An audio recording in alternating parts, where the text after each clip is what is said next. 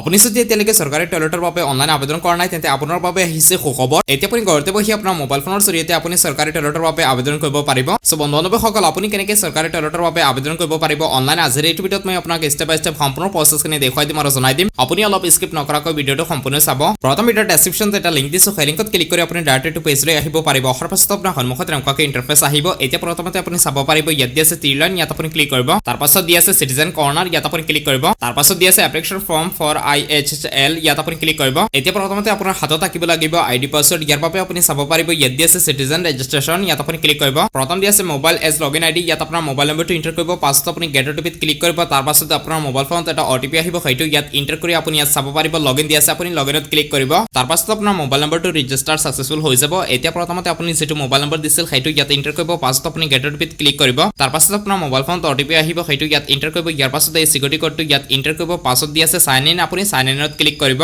তাৰ পাছত ইয়াত আপুনি ফাইনালি লগইন হৈ যাব। এতিয়া আপুনি চাব পাৰিব ইয়াত দি আছে ত্ৰিলাইন, ইয়াত আপুনি ক্লিক কৰিব। তাৰ পাছত দি আছে নিউ এপ্লিকেশ্যন, ইয়াত আপুনি ক্লিক কৰিব। এতিয়া আপোনাৰ সন্মুখত এপ্লিকেশ্যনখন আহি গৈছে, ইয়াত আপুনি নিশ্চয় দেখিবলৈ পাইছে। প্ৰথমতে দি আছে ষ্টেট নেম আসাম এনেকুৱা থাকিব। ডিস্ট্ৰিক্টত ইয়াত ক্লিক কৰি আপোনাৰ ডিস্ট্ৰিক্টখনৰ নাম আপুনি সিলেক্ট কৰিব। তাৰ পাছত দি আছে ব্লক নেম, ইয়াত ক্লিক কৰি আপোনাৰ ব্লকখনৰ নাম ইয়াৰ পৰা আপুনি সিলেক্ট কৰিব। তাৰ পাছত পঞ্চায়ত নেম, ইয়াত ক্লিক কৰি আপোনাৰ পঞ্চায়তৰ নাম ইয়াত আপুনি পাই যাব, সেইখন সিলেক্ট কৰিব। পাছত সিলেক্ট ভিলেজ, ইয়াত ক্লিক কৰি আপোনাৰ গাঁওখনৰ নাম ইয়াত আপুনি পাই যাব, সেইখন আপুনি আকৌ সিলেক্ট কৰিব। পাছত দি আছে হেবিচন নেম, ইয়াত ক্লিক কৰি আপোনাৰ এৰিয়াৰ যিজন হেবিচন আছে সেইজনৰ নাম পাই যাব, নহলে আপোনাৰ গাঁৱৰ নাম পাই যাব, সেইখন আপুনি সিলেক্ট কৰিব। তাৰ পাছত আপুনি তলত আহিব। এতিয়া আপুনি চাব পাৰিব ইয়াত দি আছে name of the applicant as per Aadhaar card, আপোনাৰ আধাৰ কাৰ্ডৰ নিচিনা আপোনাৰ নামটো ইয়াত লিখিব। পাছত দি আছে আধাৰ কাৰ্ড নাম্বাৰ, ইয়াত আপোনাৰ আধাৰ কাৰ্ড নাম্বাৰটো লিখিব। ইয়াৰ পাছত আপুনি এই সৰু বক্সত টিক মাৰ্ক কৰিব। পাছত দি আছে ভেৰিফাই আধাৰ নাম্বাৰ, ইয়াত আপুনি ক্লিক কৰিব। তাৰ পাছত আপোনাৰ আধাৰ কাৰ্ড নাম্বাৰটো ভেৰিফাই হৈ যাব। এতিয়া আপুনি তলপিনে আহিব, ইয়াত দি আছে ফাদাৰ হাজবেণ্ড নেম, ইয়াত আপোনাৰ দেউতাৰ নাম লিখিব আৰু যদি মহিলাৰ নামত আবেদন কৰি আছে তেন্তে হাজবেণ্ডৰ নামটো ইয়াত লিখি দিব। পাছত দি আছে জেন্ডাৰ, ইয়াত ক্লিক কৰি যদি আপুনি পুৰুষ হয় প্ৰথম অপশ্যন সিলেক্ট কৰিব, মহিলা হলে দ্বিতীয় অপশ্যন সিলেক্ট কৰিব।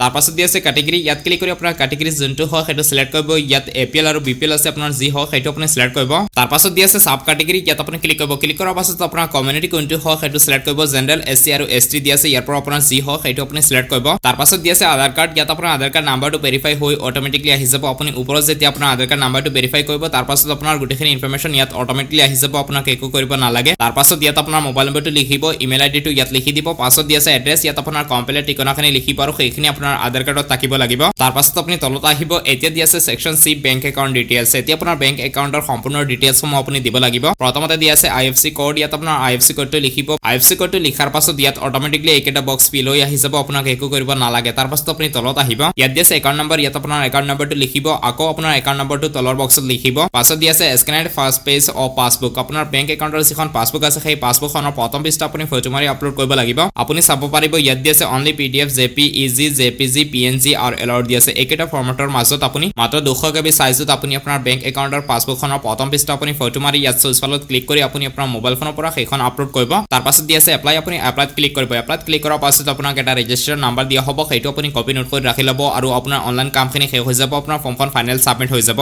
এতিয়া আপুনি আপোনাৰ ফৰ্মখনৰ ষ্টেটাছ চেক কৰিবলৈ ইয়াত আপুনি চাব পাৰিব ত্ৰিলাইন দি আছে, ইয়াত আপুনি ক্লিক কৰিব। তাৰ পাছত দি আছে ভিউ এপ্লিকেশ্যন, ইয়াত আপুনি ক্লিক কৰিব। তাৰ পাছত আপোনাৰ সন্মুখত ইয়াত আপোনাৰ এপ্লিকেশ্যন নাম্বাৰটো আহি যাব, লগতে আপুনি কেতিয়া আবেদন কৰিছিল ডেট সময়টো ইয়াত আহি যাব, লগতে ষ্টেটাছ ইয়াত চাব পাৰিব এপ্লিকেশ্যন ৰিচিভড হৈ গৈছে। পাছত দি আছে ট্ৰেক ষ্টেটাছ, তলত দি আছে ট্ৰেক ষ্টেটাছ, ইয়াত আপুনি ক্লিক কৰিব। ক্লিক কৰাৰ পাছত আপুনি অলপ সময় ৱেইট কৰিব। তাৰ পাছত আপোনাৰ সন্মুখত আপোনাৰ ফৰ্মখনৰ ষ্টেটাছ আহি যাব, ইয়াত আপুনি চাব পাৰিব। এইকেইটা পাছ হোৱাৰ পাছত আপুনি আপোনাৰ একাউণ্টত পইচাখিনি ডাইৰেক্টলি লাভ কৰিব পাৰিব। সো বন্ধুসকলে এনেকৈ আপোনালোকে চৰকাৰী টয়লেটৰ বাবে অনলাইন আবেদন কৰিব পাৰিব। যদি কিবা অসুবিধা হয়, কিবা প্ৰশ্ন থাকে তেন্তে আপুনি নিশ্চয় মোক কমেণ্টত জনাব। সো বন্ধুসকল আজিৰ এইটো ভিডিঅ'ত এইখিনি আছিল, আশা কৰিছো আপোনালোকে নিশ্চয় বুজি পাইছে।